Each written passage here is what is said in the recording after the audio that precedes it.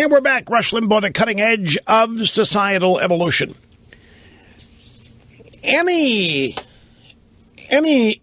supposed so-called news organization that seriously considered hiring an admitted satirist who made his bones with fake news, Jon Stewart, any network seriously considering hiring him to moderate Meet the Press isn't what it claims to be.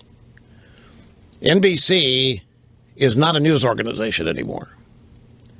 And I don't know if they're going to be in the foreseeable future. Not only was there a serious effort made to hire a comedian, satirist, whatever, to moderate the venerable Meet the Press, there is also, even as we speak, serious discussion in the news business.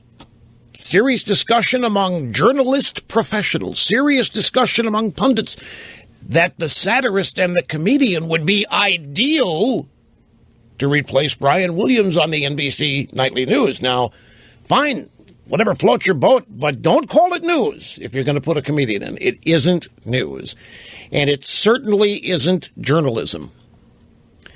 And NBC's free to do what they want, and they can try to convince people that what they're doing is news. They're free to use any marketing PR jazz they want.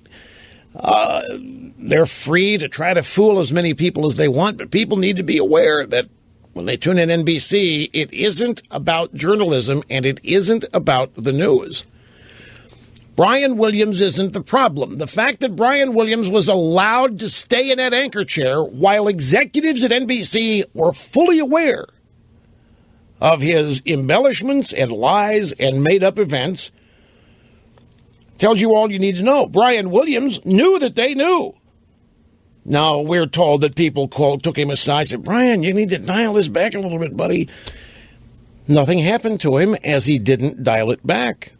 And had it not been for some military personnel who finally had heard one too many versions of something blowing the whistle on it, he'd still be there with the full knowledge of the news professionals and the news executives at NBC News. So it's fine for them to act all outraged now, these executives, and it's fine for them to act as though they are desperately concerned about the damage done to their credible news organization. But they sat there for years and put the guy on the air every night knowing full well not only what he had done and kept doing, but was capable of continuing to do. So you can't blame him per se. The signal was sent that he was okay. He should have been suspended or fired the moment they first heard about this. That didn't happen. In a way, it's somewhat analogous to the Republicans telling Obama that they're not going to impeach him and they're not going to do anything to stop him. They've pretty much signaled that, as far as Obama's concerned, he doesn't have to obey the Constitution because the Republicans are not going to enforce it. Republicans have said over and over again that they're not going to even consider articles of impeachment. Well, that's the only way you can stop an out-of-control president. Built right into the Constitution. The only means, well, there may be a couple others, but it's the big one. And if the opposition party tells the man who is ignoring the Constitution every day that they're going to do nothing to stop him, why should he stop? With the same token, there might have been some elbows in the ribs. Say, Brian, you got to dial that back, man. You can't keep doing it. But he was not punished for it until the suits became embarrassed.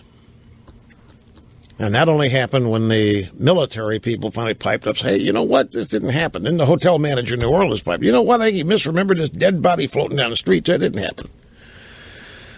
So now everybody's wringing their hands, all righteously offended and worried and concerned when all of this was going on with their full knowledge every night.